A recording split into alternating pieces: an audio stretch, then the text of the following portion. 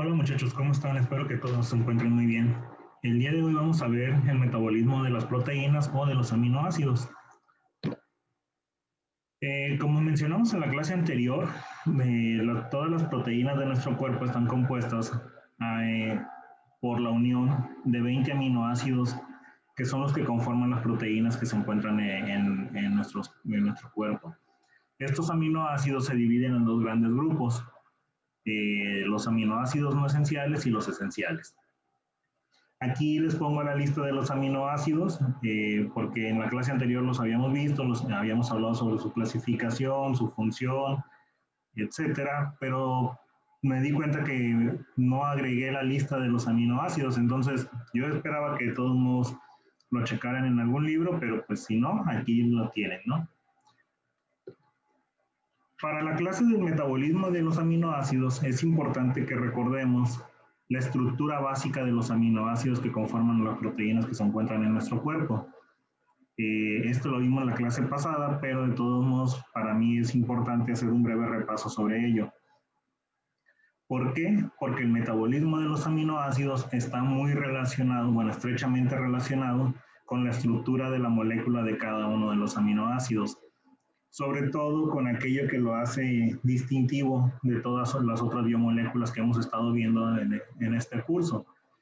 Creo yo que ya ustedes son capaces de identificar que el grupo amino es lo que no se ha encontrado en las otras biomoléculas que hemos visto anteriormente, porque carbono, oxígeno y hidrógeno pues lo tienen tanto los carbohidratos como los lípidos, pero este grupo amino es específico de los aminoácidos y por tanto de las proteínas.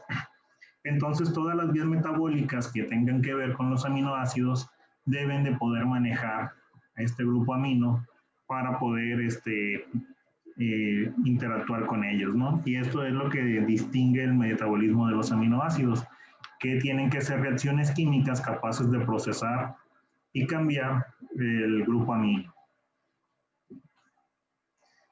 Esto nos lleva un poco a hablar sobre la importancia que tiene el nitrógeno para nosotros y pues para todos los seres vivos.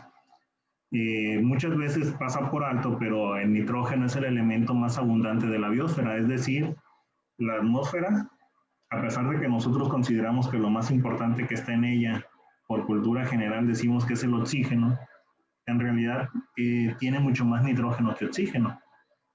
Se utiliza para muchas cosas y está presente en muchas moléculas fundamentales para el funcionamiento de nuestros cuerpos, como son los aminoácidos, que eventualmente generan proteínas, pero también se encuentran en los nucleótidos, que son los que forman los ácidos nucleicos y que también se pueden utilizar como moléculas de alta energía.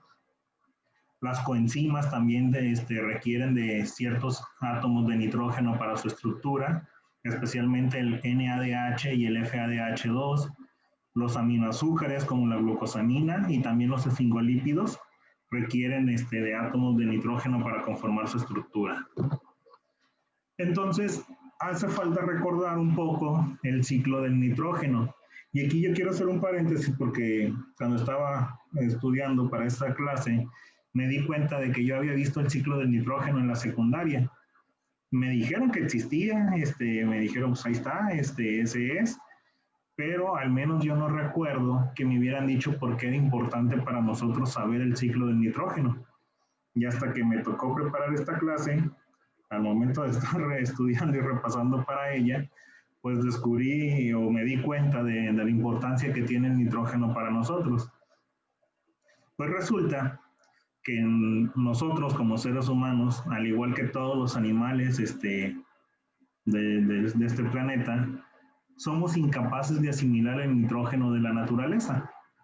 Es decir, si nosotros tuviéramos una necesidad fisiológica, que sí la tenemos porque necesitamos tener proteínas en todas nuestras células y para que se formen proteínas necesitamos aminoácidos que requieren de un nitrógeno en su estructura, pero si nosotros quisiéramos incrementar la cantidad de nitrógeno en nuestro cuerpo, por nosotros mismos no podemos.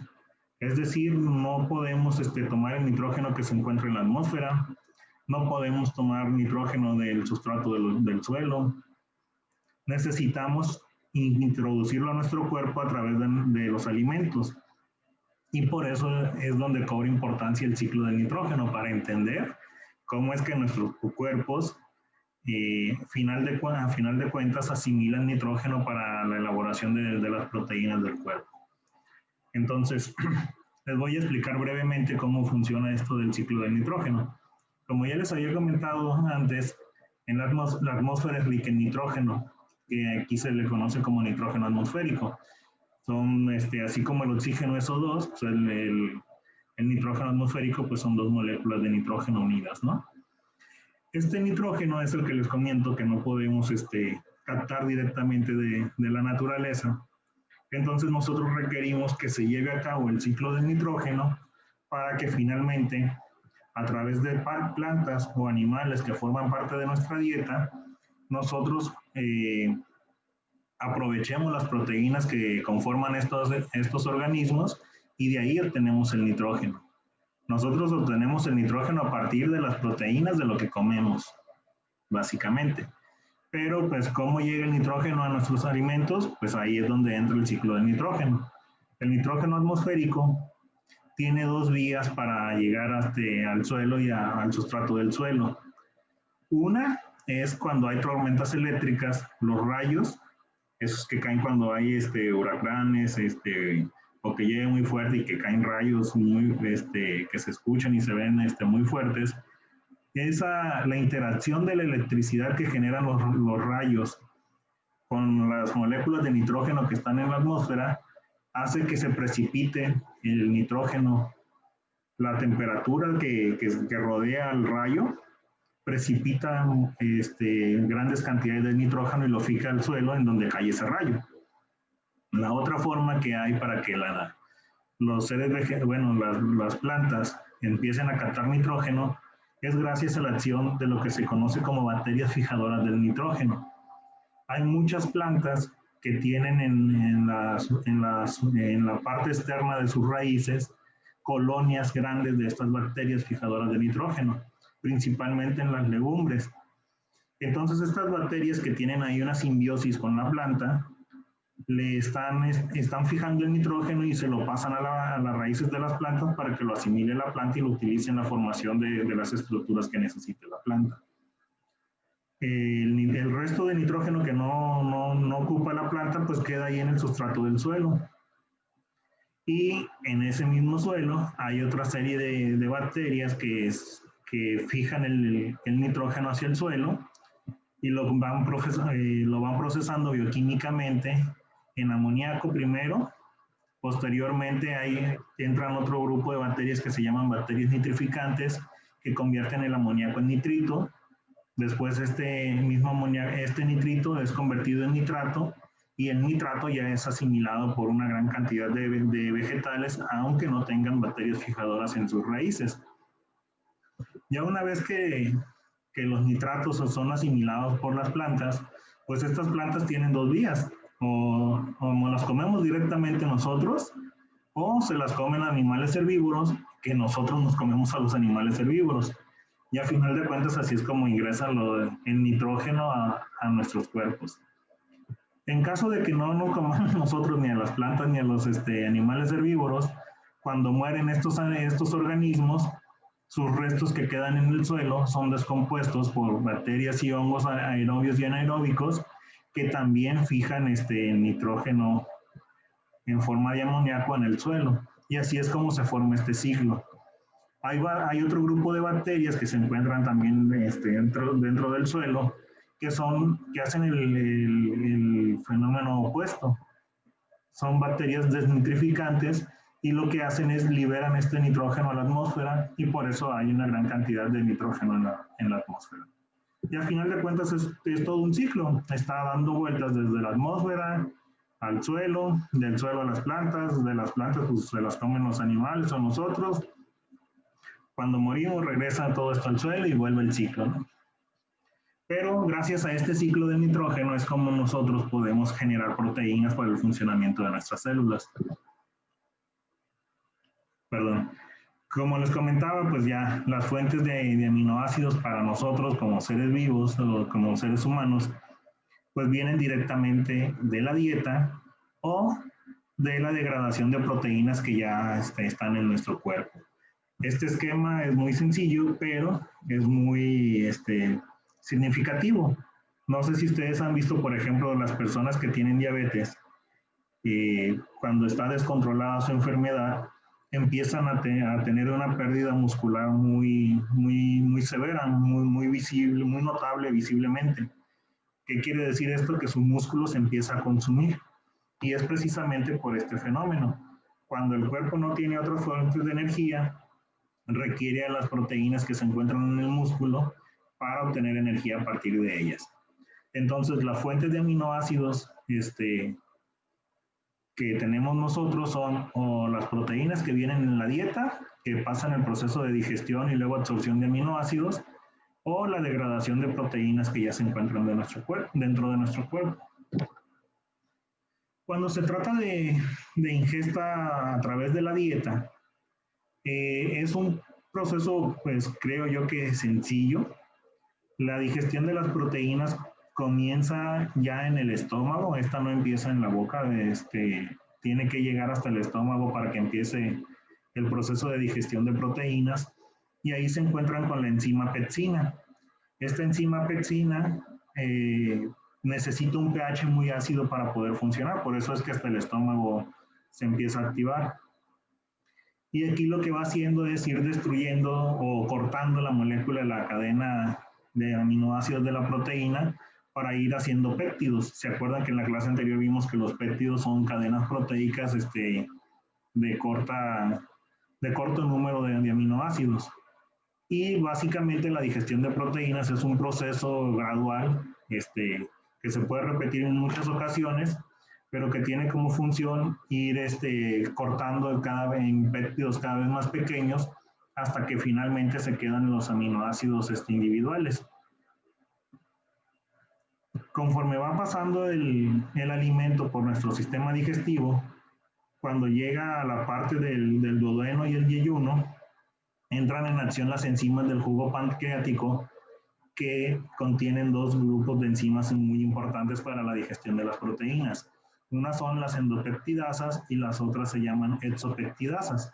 La diferencia de estas enzimas es en qué parte de la cadena de proteínas empiezan a romper los enlaces peptídicos.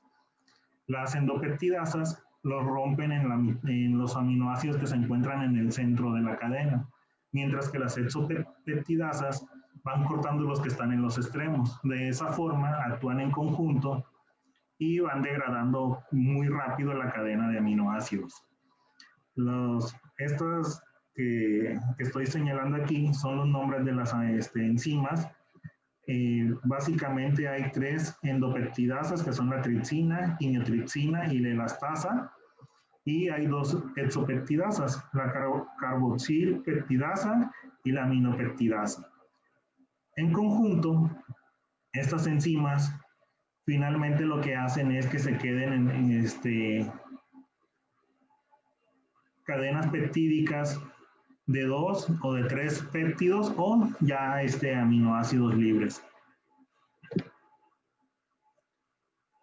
Cuando ya se encuentran aminoácidos libres, es decir, un aminoácido solito, estos pueden entrar a través de proteínas transportadoras dependientes de sodio a los capilares sanguíneos, y cuando se trata de péptidos de 2 aminoácidos o de 3, es necesario que entren por transporte activo, igual requieren de una proteína transportadora que funciona gracias a un gradiente de concentración de hidrógeno que los pasa de la mucosa intestinal hacia el citoplasma de las células de la mucosa intestinal.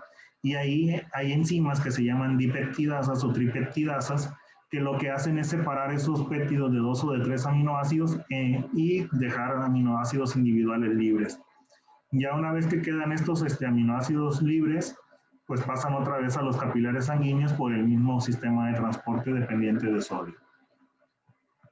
Aquí en la imagen en el extremo derecho de la diapositiva vemos el interior de una célula de la mucosa gástrica, donde ya se encuentran aquí en esta parte aminoácidos libres, y aquí están péptidos de 2 o de 3 aminoácidos. y la dipeptidasa y la tripeptidasa separan esos aminoácidos para generar aminoácidos libres. En estas células de la mucosa intestinal es donde se forman los kilomicrones que vimos en la clase del procesamiento de lípidos. Y esta célula aprovecha de estos aminoácidos libres que tiene para formar ese kilomicrón que utiliza también para transportar los lípidos que se ingieren a través de la dieta. Entonces, este proceso se hace de forma simultánea a la digestión y absorción de lípidos para el transporte a los capilares sanguíneos. El cuerpo humano necesita mantener un balance de los aminoácidos que entran y que salen del cuerpo. ¿Por qué? Porque pues, los aminoácidos se utilizan para varias, desempeñan varias funciones dentro de nuestro cuerpo, y para que puedan desempeñar estas funciones es necesario que entren a las vías metabólicas que vamos a ver a detalle más adelante en la presentación. Pero desde ahorita les adelanto que muchas veces los productos de desecho de estas vías metabólicas, pues es necesario mantener un control de los desechos que van generando, porque pueden generar tanto dióxido de carbono como la mayoría de otras vías metabólicas, como moléculas derivadas del nitrógeno, que estas en altas concentraciones sí llegan a ser tóxicas. Entonces, por eso el cuerpo necesita mantener un balance de los aminoácidos que entran y salen del cuerpo. Se han hecho cálculos para estimar las cantidades necesarias de ingesta de dieta de aminoácidos, y se estima que alrededor de 100 gramos de proteína debe de ingerir un cuerpo de un adulto sano para mantener este balance de los aminoácidos en óptimas condiciones. ¿Por qué? Pues porque el cuerpo tiene la capacidad de sintetizar los aminoácidos no esenciales. Los 100 gramos de aporte de la dieta contribuyen a mantener el pool de aminoácidos que requiere para mantener este balance de los mismos. Y las proteínas corporales que se van reciclando y reestructurando también aportan a este pool de aminoácidos. De este pool de aminoácidos el cuerpo lo tiene que distribuir hacia las diferentes funciones. Unas se destinan a la elaboración y reposición de proteínas corporales o proteínas estructurales. Otro porcentaje de estos aminoácidos se destina a la síntesis de moléculas de importancia biológica para el funcionamiento del metabolismo, como son las porfirinas, la creatinina, neurotransmisores y nucleótidos. Y el otro porcentaje pues tiene varias vías de acción. Un porcentaje se puede destinar a la fabricación de glucosa y glucógeno para la posterior obtención de energía. Otro porcentaje, producto de las vías metabólicas en las que ingresen, van a generar dióxido de carbono, que también es necesario mantener ahí un balance de la cantidad de dióxido de carbono dentro del cuerpo. Otro se va directamente a la formación de moléculas de urea para su posterior excreción del cuerpo. Y otro porcentaje de estos aminoácidos se destina a la formación de cuerpos cetónicos y ácidos grasos, que esto ya lo vimos en la clase anterior. Entonces ya deben de saber que los cuerpos cetónicos se pueden utilizar para obtener energía de la misma manera que los ácidos grasos. Entonces, ¿qué funciones tienen los aminoácidos en el cuerpo? Pues básicamente los podemos englobar en dos grandes grupos de funciones. Uno es la biosíntesis, que ya sea de proteínas, de nucleótidos y en menor medida de carbohidratos y lípidos, sobre todo los conjugados. Y la otra gran función que pueden desempeñar los aminoácidos es la producción de energía. Aquí tenemos un esquema de cómo a partir de las proteínas de la dieta se degradan hacia aminoácidos y ya los aminoácidos se pueden repartir ya sea a la formación de nucleótidos, a la obtención de energía gracias al ciclo de Krebs y su acoplamiento a la cadena respiratoria. Hay ciertos aminoácidos que se pueden convertir hacia piruvato, hay otros aminoácidos que se pueden convertir en acetilcoenzima A y hay otros que se pueden integrar directamente al ciclo de Krebs en varios de sus etapas.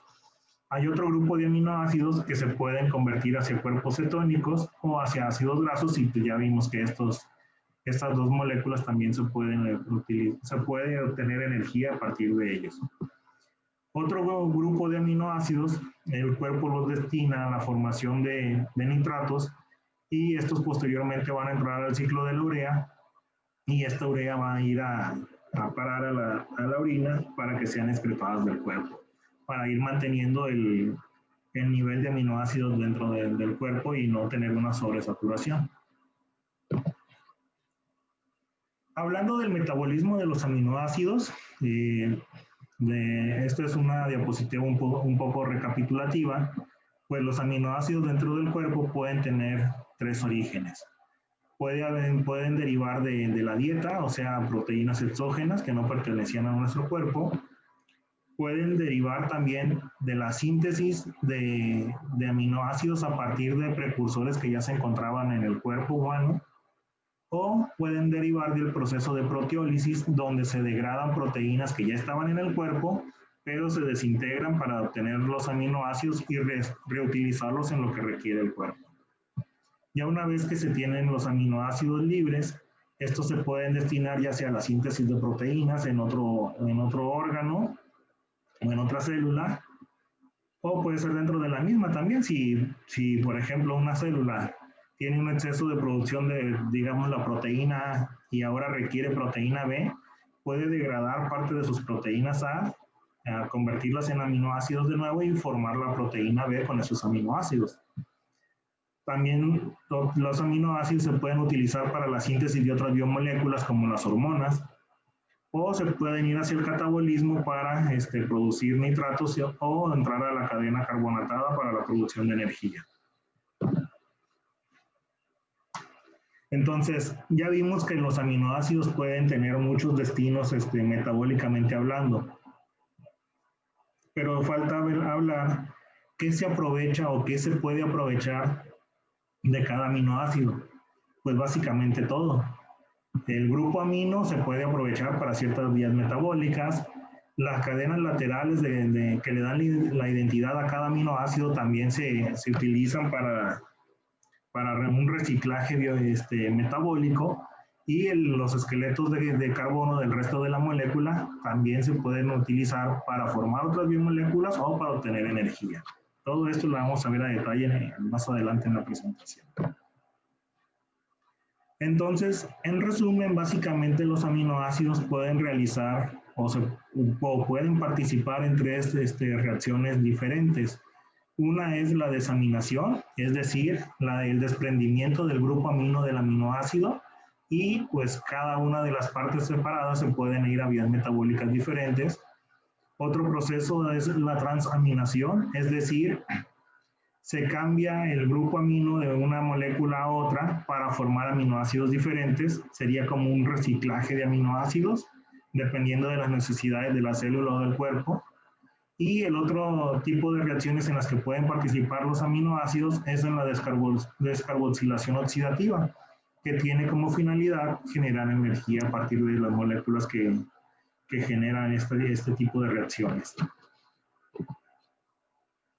En el caso de la transaminación, esta es una reacción bioquímica que tiene lugar en la mitocondria y en el citoplasma de las células que son capaces de llevarla a cabo. Y como les había comentado antes, básicamente se trata de cambiar el aminoácido de una molécula hacia otra molécula y formar un aminoácido diferente. Aquí está el esquema donde de la primera molécula, el que en este ejemplo se titula aminoácido 1, va a interaccionar, va a hacer la reacción de transaminación con un alfa-cetoácido para formar un alfa-cetoácido y un aminoácido diferente al original. Y aquí está ya con moléculas, este es nada más como esquemático, y aquí ya es un ejemplo de lo que sucede realmente en el cuerpo. Un ejemplo de reacción de transaminación podría ser la reacción que tiene lugar entre una molécula de oxalacetato y el aminoácido glutamato. Aquí el aminoácido glutamato tiene aquí en rojo el grupo amino que se va a cambiar. Esta reacción se hace gracias a la acción de una enzima llamada transaminasa, que dependiendo de los aminoácidos con los que trabaje va a tener un nombre específico, pero el grupo de enzimas que hacen estas reacciones se llaman transaminasas. Ya posteriormente a la reacción se genera, inicialmente tenemos oxalacetato y glutamato, y después de la reacción de transaminación se genera aspartato, que es otro aminoácido diferente, ya tiene el grupo amino aquí, que si se dan cuenta, esta es la molécula que va a dar origen al aspartato, y cuando el grupo amino se pasa a este sitio, ya genera la molécula del aspartato y alfa-cetoglutarato. Y ya estas dos moléculas pues se pueden ir a vías metabólicas diferentes dependiendo de lo que requieran la célula. La otra reacción es la de desaminación, es decir, a un solo aminoácido, a través de la reacción de desaminación, se le quita el grupo amino y se generan dos compuestos diferentes. Generalmente uno de estos compuestos se utiliza para otra vía metabólica y el otro es un compuesto de desecho que finalmente termina su camino en la orina para ser excretado del cuerpo. Este tipo de reacciones generalmente lo que forman son esqueletos de carbono de la molécula que pierde el grupo amino, y este esqueleto de carbonos puede tener tres destinos metabólicos diferentes. Se puede destinar a la formación de cuerpos cetónicos, puede entrar a una vía de oxidación para la formación directa de energía, o se puede convertir, puede irse a una vía metabólica que lo convierte en glucosa, y a final de cuentas tanto la glucosa como los cuerpos cetónicos van a entrar a algún tipo de reacción oxidativa para la formación de energía. En este esquema viene parte del proceso de glucólisis y de lo que sería el ciclo de Krebs, donde se señala qué moléculas que se generan, por ejemplo, en el proceso de glucólisis y del ciclo de Krebs, se pueden utilizar para generar aminoácidos en nuestro cuerpo. Es decir, los aminoácidos no esenciales, ¿se acuerdan que se les dice no esenciales porque el cuerpo los puede sintetizar sin necesidad de que sean ingeridos a través de la dieta? Pues así es como lo hacen. Utilizan moléculas que participan en otras vías metabólicas para tomarlas como base y a través del proceso de transaminación generar estos aminoácidos. Entonces aquí podemos ver que un ejemplo sería que a partir del glicerato se puede obtener el aminoácido serina. A partir del piruvato se puede obtener la alanina o glicina, y la misma glicina se puede convertir en serina. Y aquí está todo el ejemplo de transformaciones bioquímicas que pueden originar aminoácidos a partir de otras moléculas que ya se encuentran en las vías metabólicas. Ya ustedes le pueden poner pausa y pueden ir analizando el esquema a detalle para que vean de dónde derivan los aminoácidos más importantes. Ahora, como ya vimos, a partir de ciertas moléculas que ya se encuentran en el cuerpo, en otras vías metabólicas, se pueden formar los aminoácidos no esenciales. Y gracias a eso hay una clasificación de los aminoácidos en familias, que toma como base eso, del esqueleto de carbono, a partir del cual se puede sintetizar el aminoácido. Y aquí en el esquema vienen, así con flechitas están marcadas las familias de aminoácidos, y en los cuadritos que están abajo vienen todos los aminoácidos que pertenecen a esa familia. Entonces ponemos que, por ejemplo, los de la familia de la serina serían la serina y la glicina y la cisteína. Los de la familia de piruvato pues serían la alanina, valina y leucina. La familia de los glutamatos pues es del glutamato, la glutamina, prolina, argilina y así, etcétera, ¿no? Ya ustedes pueden ir poniéndole pausa y pueden analizar qué aminoácidos derivan de cada molécula y a qué familia pertenece.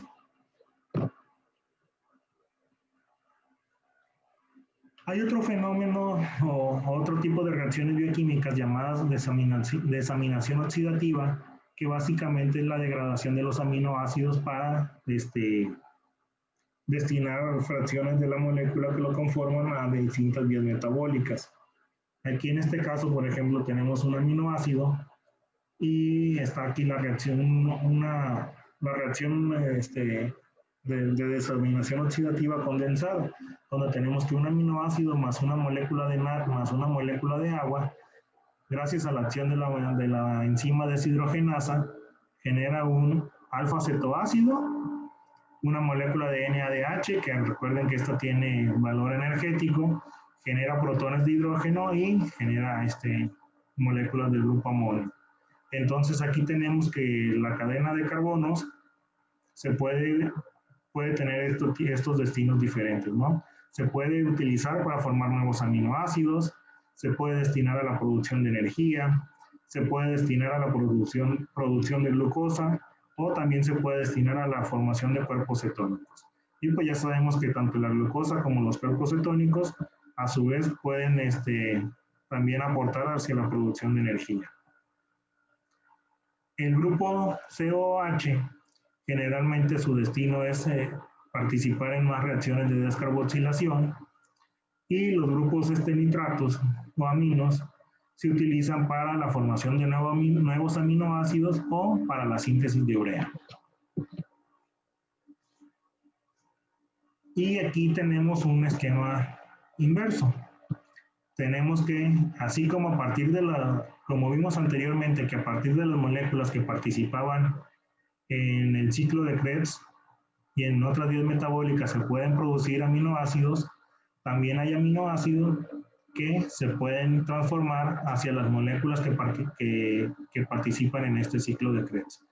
Entonces, aquí hay hay tres tipos de aminoácidos dependiendo de su capacidad de transformación hacia las moléculas que forman parte de las vías metabólicas de producción de energía. Tenemos los que se llaman glucogénicos, que son aquellos que están, que su nombre se encuentra encerrado dentro de recuadros de color verde, que si vemos pues estos aminoácidos glucogénicos pueden formar ya sea glutarato o piruvato. Tenemos el grupo de aminoácidos cetogénicos, que estos van a formar o acetilcoenzima A o aceta-acetilcoenzima A, que finalmente se van a destinar a la producción de cuerpos cetónicos. Y está el otro grupo de aminoácidos que son los mixtos, que estos pueden formar ya sea pueden entrar en la vía del fenómeno glucogénico o cetogénico.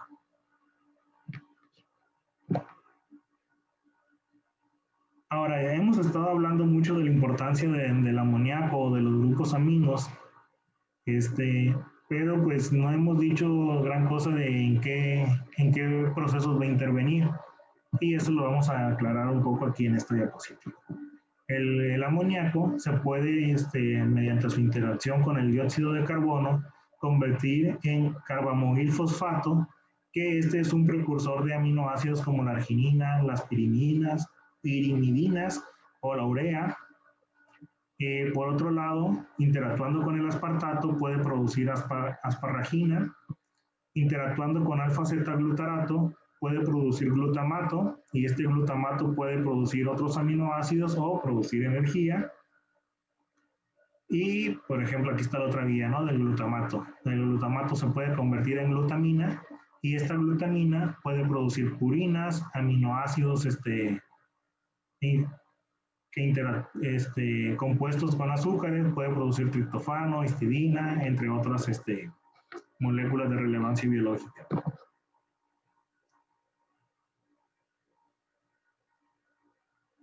Este es otro esquema de lo que habíamos hablado sobre los aminoácidos que pueden ser cetogénicos o glucogénicos o los mixtos.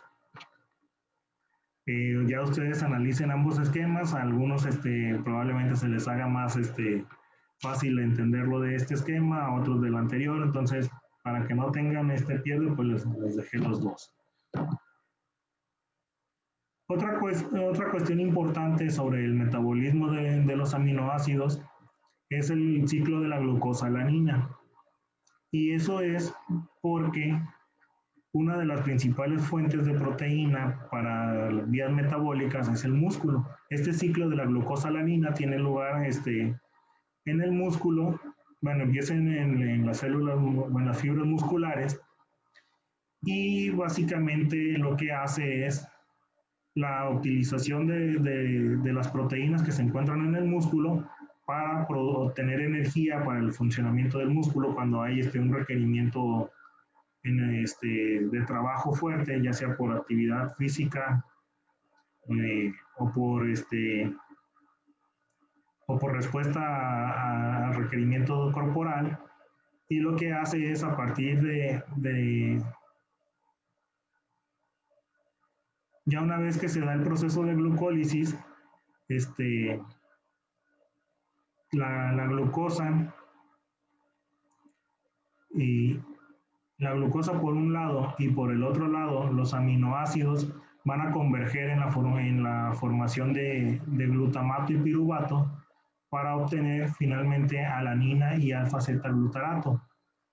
Esta alanina, para que pueda entrar al torrente sanguíneo y viajar hasta el hígado, más bien es necesario que se dé la transformación de glucosa, de piruvato y de glutamato, que se transforme en alanina para que esta alanina pueda salir al torrente sanguíneo y así llegar al hígado, donde en el hígado es convertida de nuevo a alfa-zeta-glutarato y a piruvato para la formación de glucosa, y que esta glucosa pueda entrar al torrente sanguíneo y ya llegar al músculo para proveer de la energía, del combustible necesario para la obtención de la energía que requiere el músculo.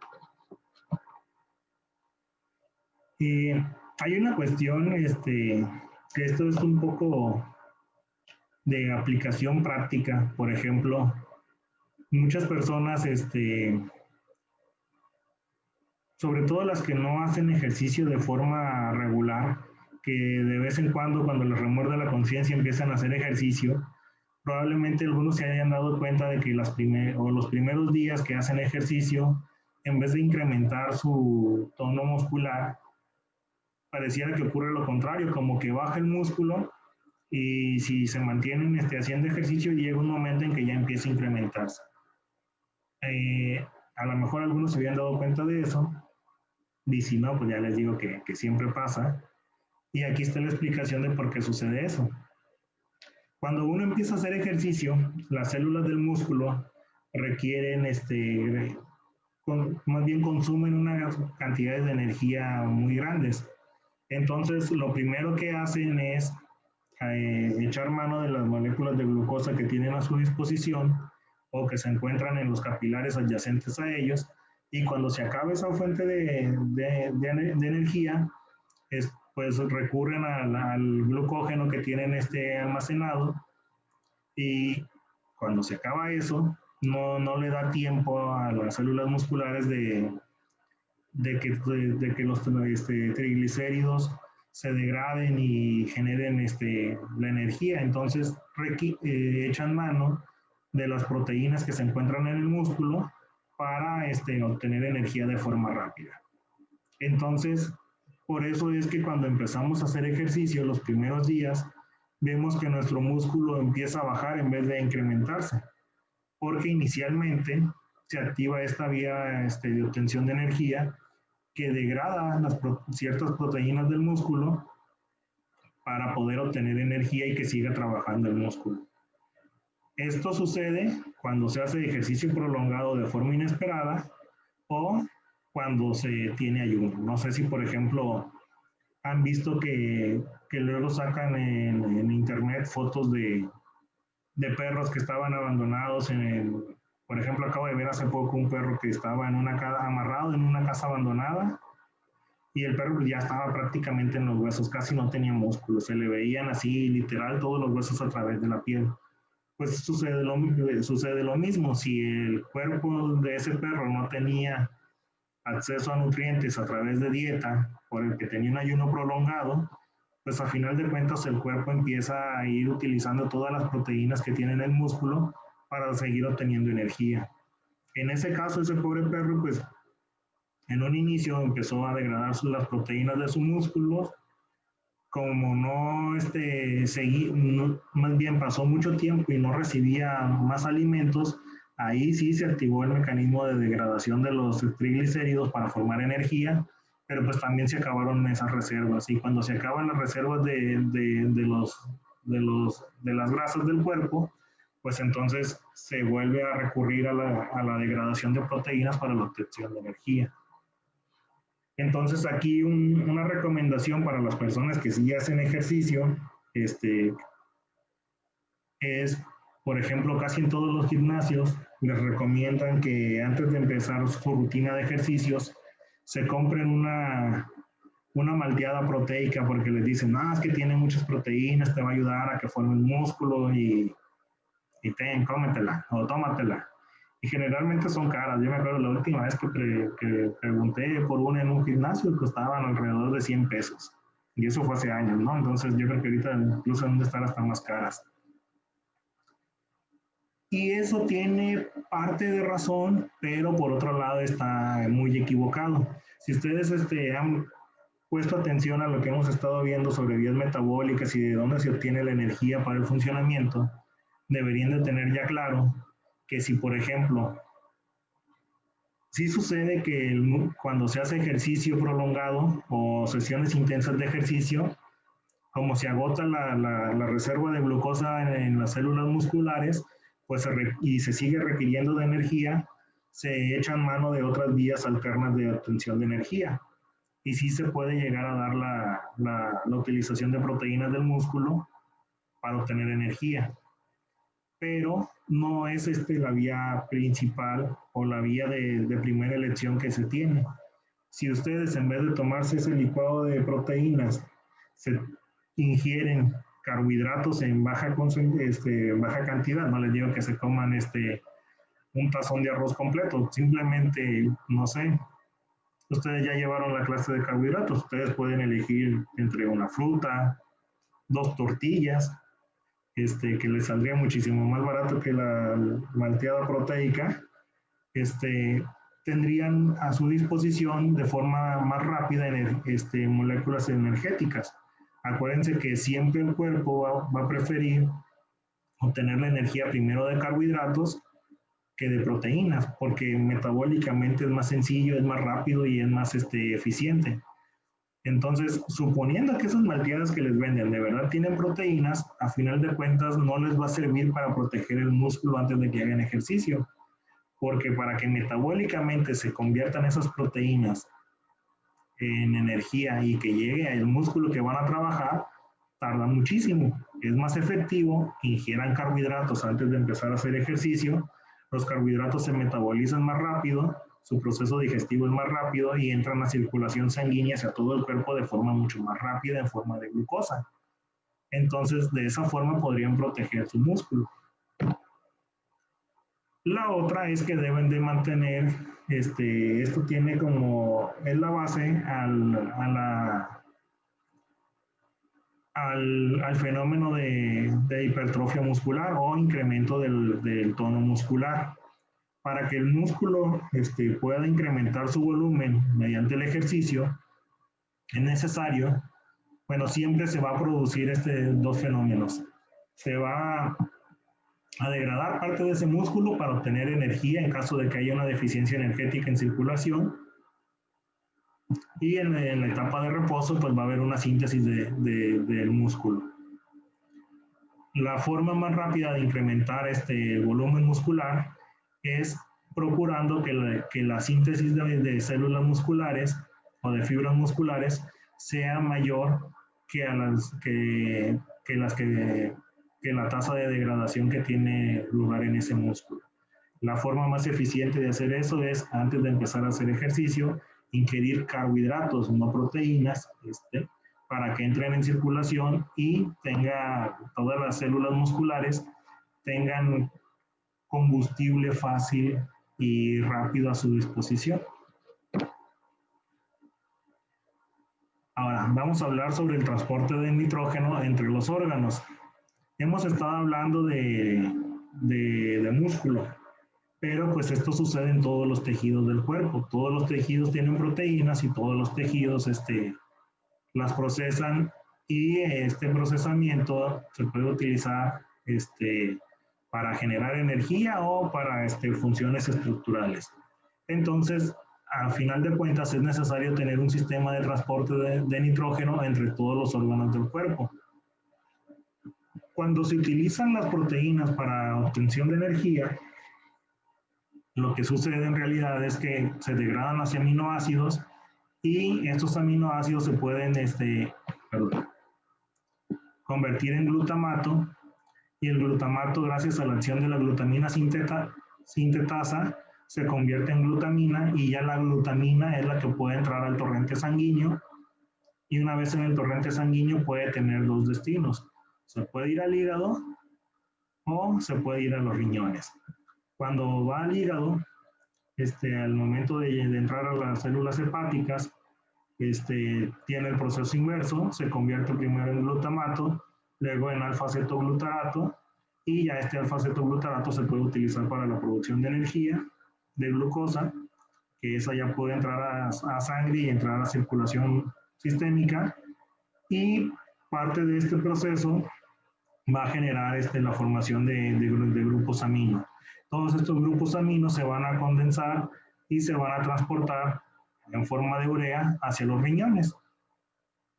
Aquí habíamos dicho que al riñón también puede viajar cierta cantidad de glutamina de forma directa.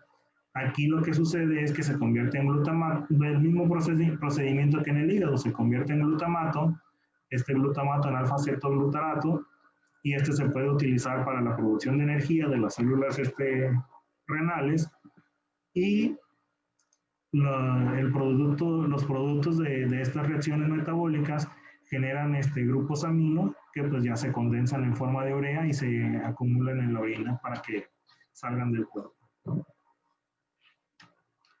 Este es otro esquema del mismo proceso. Ya ustedes chequen ambos, vean en cuál se les hace más fácil de entender, pero básicamente es el mismo proceso. Y finalmente, creo que este es el último tema ya de la presentación, vamos a hablar sobre el ciclo de la urea. En nuestro cuerpo es necesario tener el manejo de la urea para el control de los excedentes de grupos amonio o sustancias nitrogenadas, y que no lleguen a concentrarse en niveles tóxicos para el cuerpo. Este ciclo de la urea se lleva a cabo en los hepatocitos, y específicamente en la mitocondria y en el citoplasma de estas células. Y aquí está de forma más esquemática todas las reacciones que se llevan a cabo. El glutamato se convierte en aspartato, luego este aspartato se convierte en arginina, y ya la arginina se puede convertir en urea o en ornitina. La ornitina es una molécula necesaria para que la primera reacción del glutamato, que da carbamil fosfato, se pueda convertir en citrulina y así salir de la mitocondria hacia el citoplasma de las células hepáticas, donde se lleva a cabo el resto de las reacciones del ciclo de la urea. Entonces, si se fijan, se está reutilizando esta molécula de ornitina, y es lo que permite que se mantenga el ciclo activo de la urea.